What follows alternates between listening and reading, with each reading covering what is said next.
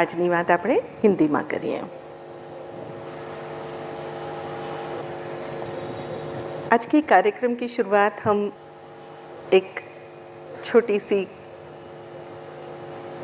कहानी से कर रहे हैं, एक प्रेरक प्रसंग से कर रहे हैं. ये प्रेरक प्रसंग अमेरिका का है और 19वीं सदी के शुरुआत के समय का है.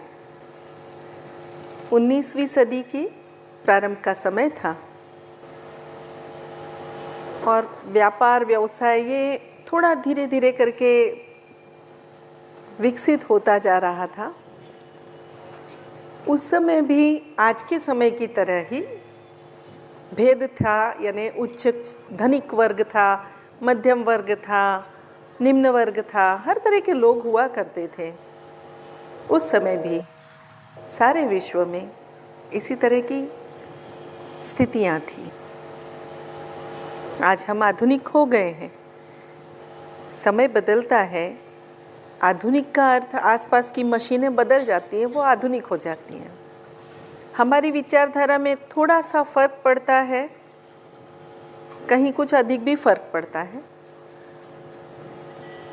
बहरहाल हम कथा की ओर बढ़ते हैं कि एक व्यवसायी थे, व्यवसाय करते थे, उनका अपना व्यवसाय था. लेकिन व्यवसाय करते करते उनको काफ़ी नुकसान हुआ और नुकसान इतना हुआ कि वो काफ़ी कर्जे में डूब गए. बहुत सारा उन्हें कर्ज देना था बैंक को और समझ नहीं पा रहे थे कि अब मैं किस तरह से ये सारा कर्ज चुकाऊं, और बहुत परेशान थे. यानी परिस्थिति तो ऐसी थी कि उनका घर, व्यवसाय और सब कुछ बेच डालें, जिसको कहते हैं हम बैंक करप्ट हो जाएं, दिवालिया हो जाना.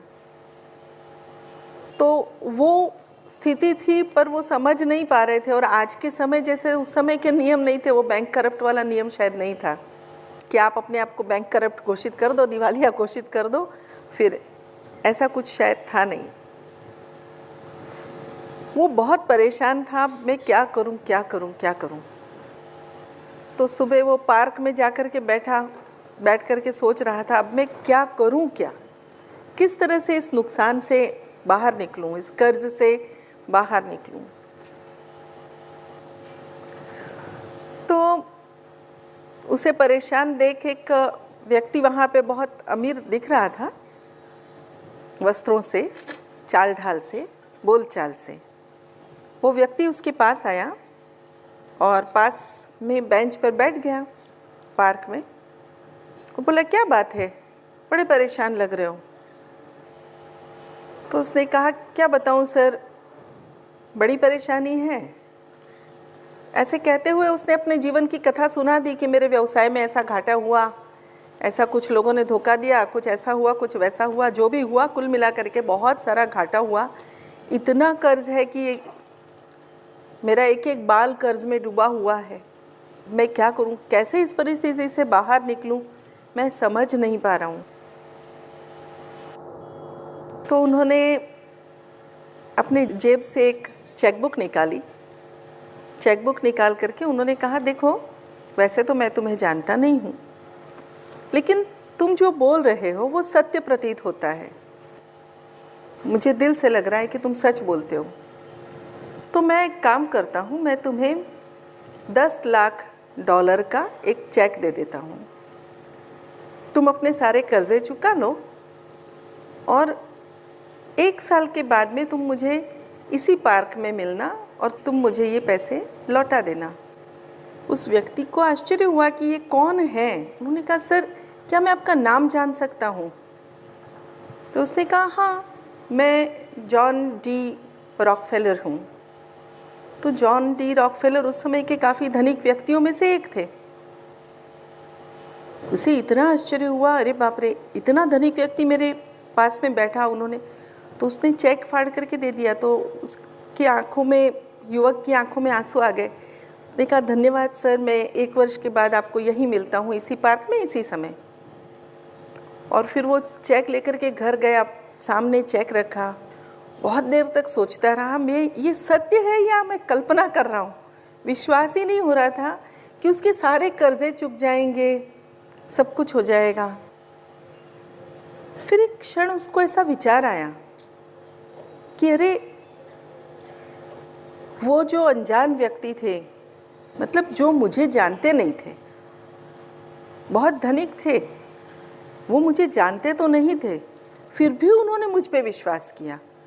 उन्हें ये विश्वास हुआ कि मैं 1 वर्ष के भीतर ये पैसे कमाकर उन्हें लौटा सकता हूँ, तो फिर मैं स्वयं पे विश्वास क्यों नहीं कर रहा हूँ। जैसा ही उसे ये विचार आया, उसने वो चेक संभाल करके अलमारी में रख दिया और उसने सोचा कि अब मैं अपनी मेहनत से ही पहले कोशिश करता हूँ कि सारे कर्जे मैं चुका दूँ, और यदि आवश्यकता हुई तो इस चेक का उपयोग करूँगा, अन्यथा प्रयास तो करूँ। जब इतना महान व्यक्ति मुझ पे विश्वास कर सकता है तो मैं स्वयं पे क्यों नहीं कर सकता। ऐसे सोचते हुए उसने बिल्कुल जी तोड़ मेहनत की, जी जान लगा दी, दिन रात एक किया और धीरे धीरे करते हुए उसने अपने सारे कर्जे चुका दिए। वो चेक वैसे ही संभाल करके उसने रखा हुआ था और सारे कर्जे चुका कर वो पहले से अच्छी स्थिति में था। तब वो चेक लेकर के नियत दिन, जिस दिन निश्चित हुआ था, उस दिन वो पार्क में पहुंचा। बहुत खुश था, उसी बेंच पर बैठा और राह देखने लगा कि अब जॉन डी रॉकफेल आएंगे, उन्हें वो चेक दे दूं। तो बस सामने से तेज़ी से चलते हुए आ गए उनके पास और आकर के बैठे। इन्होंने अभिवादन किया, धन्यवाद सर, आपने ये चेक मुझे दिया था और आपने जो मुझ पर विश्वास दिखाया, उसी की वजह से मैं आज इस परिस्थिति में पहुंच सका। ऐसे कहते हुए वो चेक उन्हें देने ही वाला था कि उतने में एक नर्स दौड़ती हुई आई और ऐसे झपट कर उसने उस वृद्ध व्यक्ति को पकड़ लिया। तो बोले, कितना तुम मुझे दौड़ाते हो। तो ये युवक ने सोचा, ये नर्स इन्हें क्यों पकड़ रही है। तो उन्होंने कहा कि आप इनको क्यों पकड़ रहे हैं। तो उन्होंने कहा, अरे ये पागल व्यक्ति है, अपने आप को जॉन डी रॉकफेलर समझता है, ये पागल खाने में पिछले 5 साल से है, तो अब पता नहीं चेक बांटता फिरता है, सबको हर बार छूट जाता है, हर बार भाग जाता है और चेक बांटता फिरता है, अपने आप को पता नहीं क्या समझता है। वो एकदम सदमे में आ गया। फिर उसने सोचा कि जो भी हो, वो चाहे नकली ही चेक था, लेकिन उसने असली बात तो जगा दी अंदर की।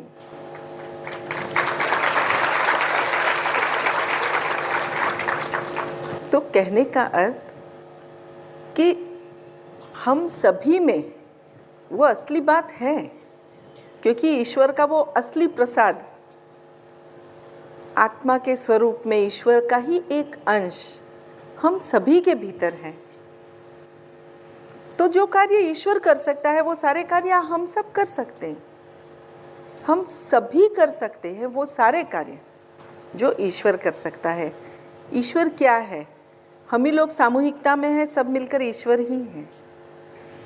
जो सकारात्मक कार्य करते हैं वो सब ईश्वर ही है। जब हम कहते हैं ना, वो लाख आँख से देख रहा है, तुझे देखने वाला है, वो सब लाखों आँखें भी यही हैं, और लाखों हाथों से कार्य करने वाले वो लाखों हाथ आप ही के हैं। अब जब हम सब कुछ कर सकते हैं, जब हम सब कुछ देख सकते हैं, ये सारी बातें तो शरीर की हैं, देह की हैं। और देह, हम सब जानते हैं, देह एक साधन है, देह एक वाहन है, देह आत्मा का वाहन है, देह एक साधन है जो ईश्वर ने हमें प्रदान किया।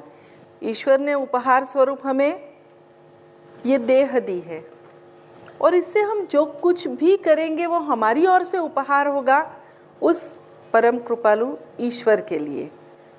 तो हम क्या उपहार लेकर के उस ईश्वर के पास जाएंगे?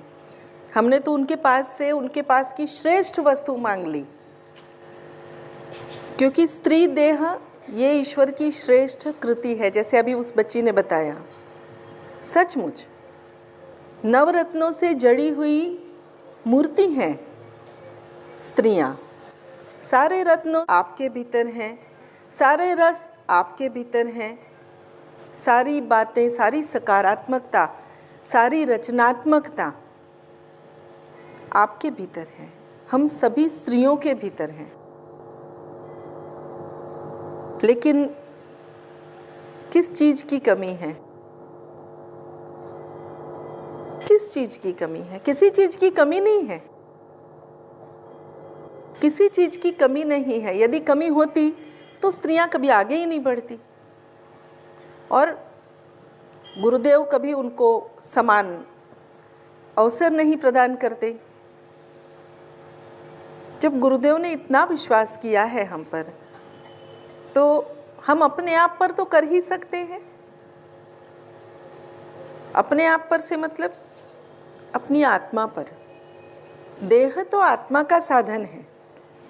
आत्मा को हम जितना मजबूत करेंगे उतना ये जो साधन है, इस साधन का हम सही उपयोग कर पाएंगे, सदुपयोग कर पाएंगे। विचारणीय विषय ये है कि हमने स्त्री के रूप में ही जन्म क्यों लिया। पहले भी आप लोगों के साथ इस बात को मैं शेयर कर चुकी हूँ कि जन्म लेने से पूर्व हमारे सामने तो सारे ऑप्शन खुले थे आत्मस्वरूप में कि हम क्या बने, किस रूप में जन्म लें, किस घर में जन्म लें, किस माता पिता के घर जन्म लें। सारे ऑप्शंस हमारे सबके सामने खुले थे। हमने वो स्थान चुना जहाँ से हम गुरुदेव तक पहुँच सके। हमने वो देह चुनी जिससे हम मजबूती के साथ, मजबूत इरादों के साथ अपने मार्ग पर आगे बढ़ सकें। हमने वो देह चुनी, हमने वह घर चुना जहाँ हम पूर्व कर्मों को नष्ट करने की सारी परिस्थितियाँ प्राप्त कर सकें। अच्छे कर्म, बुरे कर्म, सारे सभी कुछ आत्मा ने ही निर्धारित किया था, मांगा था, प्राप्त किया। अब प्राप्त सब हो गया, सिर्फ देह को अपना कार्य करना है और आत्मा को अपना। जो भी कार्य करते हैं, केवल दो प्रकार के कार्य हम लोग करते हैं, एक आत्मा के लिए, दूसरा देह के लिए। जो भी कार्य होता है बस ये दो चीज़ों के आसपास होता है। आत्मा के लिए जो कार्य कर रहे हैं तो वो है हमारी ध्यान धारणा, वो है हमारा संपूर्ण समर्पण, और वो है मैं का विलीनीकरण, अर्थात अपने अस्तित्व को परमात्मा के अस्तित्व से, अपने अस्तित्व को सद्गुरु के अस्तित्व से, अपने अस्तित्व को गुरु शक्तियों के अस्तित्व से एकाकार करना। एक साधारण सा सिंपल सा एग्जाम्पल देती हूँ, एक बहुत साधारण सा उदाहरण देती हूँ, सभी स्त्रियाँ जानती हैं उस उदाहरण को। इलेक्ट्रिक का वायर होता है, सभी गृहिणियों ने देखा है अपने घर में। आप लोग सचेत रहिए, थोड़ा लाइवली रहिए। सभी ने इलेक्ट्रिक का वायर देखा है? देखा है। इलेक्ट्रिक के वायर में एक बाहर का कवर होता है और एक अंदर का वायर होता है।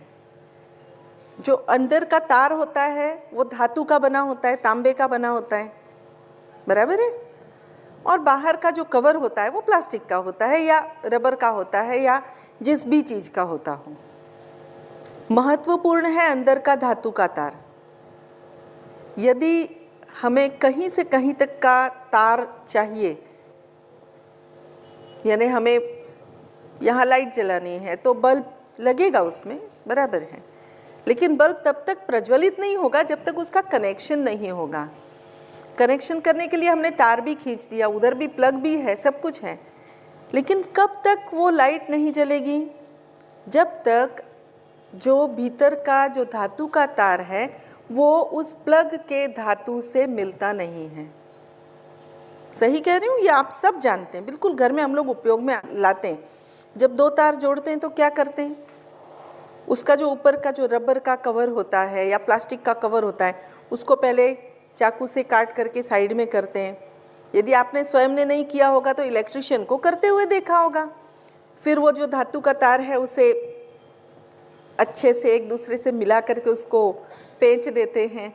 उसके बाद में उसके ऊपर हम वो प्लास्टिक की रबर टेप जो होती है वो चिपका देते हैं ताकि करंट ना लगे। ये सब आप लोगों ने देखी हुई बातें हैं। हाँ, तो बस ऐसा ही तो तार गुरु शक्तियाँ हैं, ऐसा ही तार आपकी आत्मा है। और उसके ऊपर का वो जो आपका प्लास्टिक का कवर, रबर का कवर आपने जो चीर करके साइड में किया, आपने या इलेक्ट्रिशियन ने, जो भी वो साइड में किया, वो थी आपकी देह, आपका मैं का भाव। जब ये मैं का भाव हटा तो गुरु शक्तियाँ ऐसे मिल गईं और बल्ब जल गया। जब तक ये इलेक्ट्रिक के वायर को हम ऐसे ही रबर के साथ में जोड़ते रहेंगे, कभी भी लाइट नहीं जलेगी। जलेगी क्या? नहीं जलेगी। सबसे पहले वो रबर का कवर साइड में करो। जब वो धातु का तार धातु के तार से मिलेगा और फिर जब उसके ऊपर हम पक्का अपना समर्पण का टेप चिपकाएंगे। समर्पण यानी समर्पित भाव। समर्पण को कोई ब्रांड मत बना दो।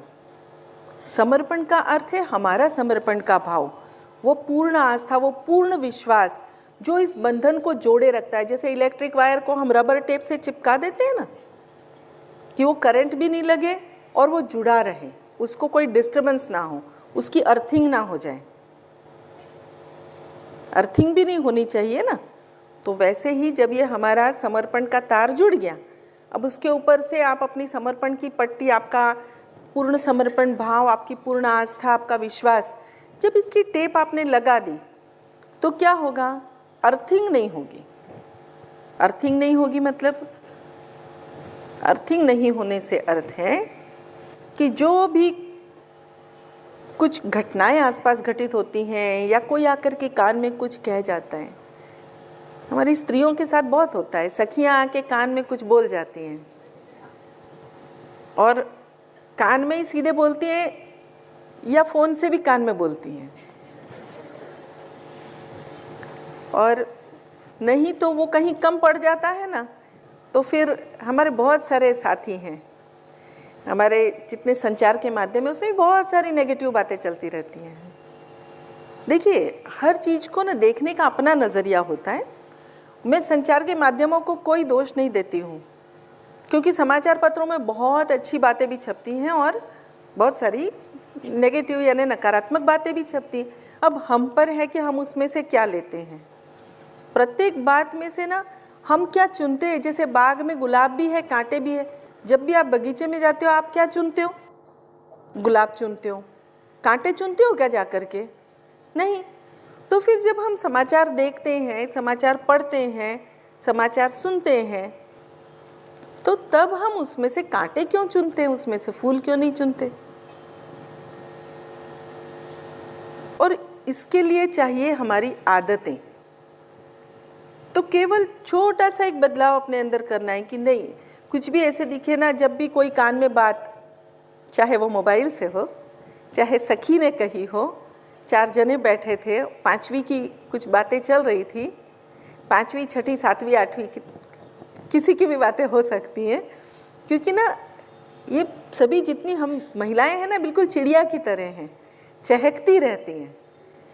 तो चिड़िया जितना अच्छे से उपवन को एकदम सजीव कर देती हैं, नहीं तो सोचो एक बगीचे की कल्पना करो जिसमें केवल फूल वूल खिले हों, वृक्ष हो और एक भी चिड़िया ना हो, तो वो बगीचे वाली सही बात नहीं आएगी। चिड़िया तो चाहिए।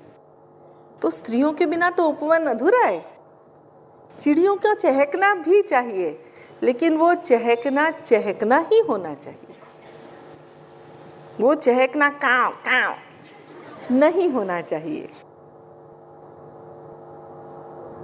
तो कहीं ना कहीं हमारी जहाँ गलती होती है, हम कहाँ चुनने में गलती करते हैं। किसी को दोष मत दीजिए कि फलां ने आकर के मेरी कान में ऐसे कहा था ना, इसीलिए फलां ने कुछ भी कहा, हमने क्या लिया। बहुत सारे लोग इतनी अच्छी अच्छी बातें तो हम सुनते हैं, मतलब आस पड़ोस की या आप सदगुरु की बातें भी छोड़ दीजिए, आप मेरी भी बातें छोड़ दीजिए, आप सभी की बातें छोड़ दीजिए, आप अपनी माँ को याद कीजिए। आपके माता पिता ने आपको कितनी अच्छी अच्छी बातें कही होंगी। क्या 100% बातें आपने सुनी? क्या 100% बातों को आपने माना, उसके अनुसार आप चले? नहीं चले। तो जिन्होंने हमें जन्म दिया, जिन्होंने हमें पाल पोस कर बड़ा किया, जिन्होंने हमें परिवार दिया, जिन्होंने सब कुछ दिया, हम उनकी भी तो बातें नहीं मानते। तो हम उसमें से तब तो हम अपनी चॉइस बताते हैं। हमें ये बात अच्छी लगी, हमने मान ली, नहीं अच्छी लगी तो छोड़ दी। तो फिर अब बड़े हो गए ना बड़े। देह से बड़े मत होइए, आत्मा से बड़े होइए। और आत्मा से बड़े आप सब हैं। केवल इसका एहसास कराइए कि आप बड़े हैं। बड़े नहीं होते तो यहाँ पे होते भी नहीं।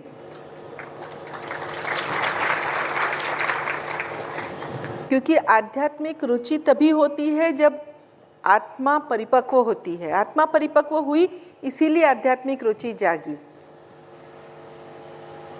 तो अपने आप को एहसास कराइए कि आप कहाँ हैं, आप क्यों हैं। देखिए, गुरुदेव भी सारे कार्य करते हैं। जो कार्य आप करते हैं, जो कार्य मैं करती हूँ, या जो कार्य समाज का हर व्यक्ति करता है, वो सारे कार्य गुरुदेव भी करते हैं। फिर भी गुरुदेव सारे कार्य करके भी उससे अलिप्त रहते हैं। और हम में और गुरुदेव में केवल इतना अंतर है कि हम सारे कार्य करके उसमें लिप्त रहते हैं, अलिप्त नहीं रह पाते। क्यों? कारण इतना ही है कि करते हैं और हम सोचते हैं मैंने किया।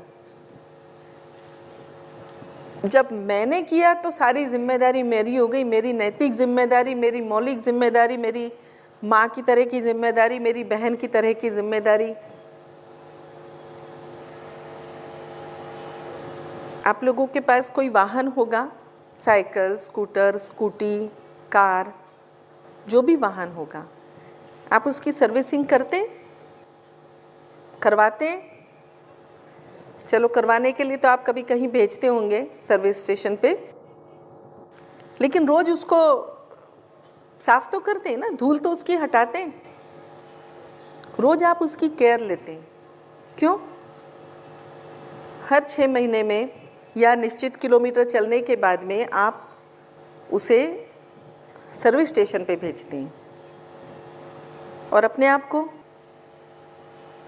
को सर्विस स्टेशन पे भेजते हैं क्योंकि मुझे ना स्त्रियों से सबसे ज़्यादा जो शिकायत है दिल से, मैं स्त्रियों से कह रही हूँ ना, तो मैं खुद की देह को भी कह रही हूँ। आप ये मत सोचो मैं आप ही को बोलती हूँ, मैं स्वयं को भी कहती हूँ कि स्त्रियों का सबसे बड़ा, और विशेष तौर पे 30-35 साल से जो बड़ी उम्र की महिलाएं हैं उनसे कहना चाहती हूँ, बचपन से भी, लेकिन 30-35 वर्ष से बड़ी महिलाओं को विशेष तौर पर, कि अपने लिए यानी आत्मा के लिए भी और अपने वाहन के लिए भी कार्य कीजिए।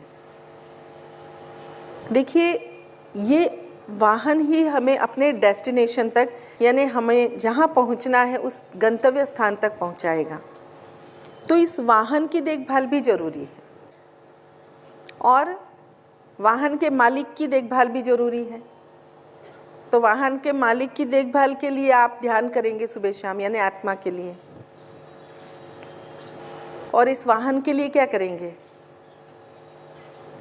जैसे वो बच्ची ने बताया, बात बिल्कुल सही है कि ना माता, मैंने अभी तक अपने आप से जो ऑब्जर्व किया, मैंने अपनी माँ को ऑब्जर्व किया, मैंने अपनी बहनों को ऑब्जर्व किया, अपने आप को और समाज में आसपास की महिलाओं को। नौकरी करती थी इसीलिए अपने साथ की सहकर्मी महिलाओं को भी देखा। पूरा चित्त अपने बच्चों में होता है। स्त्री का यदि सबसे सुंदर स्वरूप है ना, वो माँ का है। क्यों पता है? जब मैं कई बार चर्चा करती हूँ तो अपने आसपास जो भी होता है उससे ही चर्चा होती है, तो इसी बात पे चर्चा होती है कि एक स्त्री है ना, वो शायद अपने पति के लिए अच्छा खाना बनाए ना बनाए, वो अपने माता पिता के लिए भी अच्छा खाना बनाए या ना बनाए, लेकिन एक स्त्री अपने पुत्र के लिए सब कुछ सीखती है। अपने पुत्र यानी पुत्र पुत्री, अपनी जो भी संतान है, उस संतान के लिए वो सब कुछ कर सकती है। यदि बच्चे ने कहा कि माँ मुझे ये खाना है, माँ आपके हाथ का खाना है। मैं कोई कॉन्टिनेंटल डिश खाना चाहता हूँ, माँ बना के दोगी। आप बिल्कुल भी नहीं जानती कि वो चीज़ कैसे बनती है, लेकिन मुझे पूर्ण विश्वास है कि यदि आपके संतान ने आपके सामने ये डिमांड रखी तो आप उसकी ये इच्छा अवश्य पूर्ण करेंगी। आप अपने हाथ से ही बना के खिलाएंगी और वो सीखने के लिए आप ज़मीन आसमान एक कर देंगी। आप इंटरनेट पे जाएंगी, आप किसी को पूछेंगी, सीखेंगी सारी चीज़ें जो आप जिन चीज़ों के नाम नहीं सुने होंगे, वो सारे मसाले, क्योंकि हम भारतीय हैं तो भारतीय मसालों के नाम पता होते हैं, जो बाहर के मसाले शायद उन चीज़ों के नाम भी हमें नहीं पता होते, तो भी आप जाएंगी वहाँ से वो चीज़ें सारी लेकर के आएंगी और आप वो कॉन्टिनेंटल डिश बना करके, वो पदार्थ बना करके अपने संतान को अवश्य देंगी। क्यों? क्योंकि ये इच्छा आपकी संतान ने रखी आपके सामने। और ये करते समय चाहे आपको 104 डिग्री बुखार हो, फिर भी आप ये करेंगे। और ये सत्य स्वरूप है स्त्री का, कि वो अपनी स्थिति देखती ही नहीं है। सत्य स्वरूप है माँ का, कि वो अपने शरीर को देखती ही नहीं है, वो सिर्फ देखती है तो अपने शिशु की, अपने संतान की खुशी, वो जीती है तो अपनी संतान की आंखों की खुशी को देख करके। तो ये माँ का एक सत्य स्वरूप है। लेकिन मैं भी माँ हूँ, इसीलिए मुझे आपकी भी चिंता है कि 35 वर्ष से बड़ी उम्र के सभी लोग इस वाहन का भी ध्यान रखें। और इसी के लिए हम लोगों ने आज की चर्चा के विषयों में काफ़ी कुछ हेल्थ वेल्थ सारी बातें रखी ही हैं।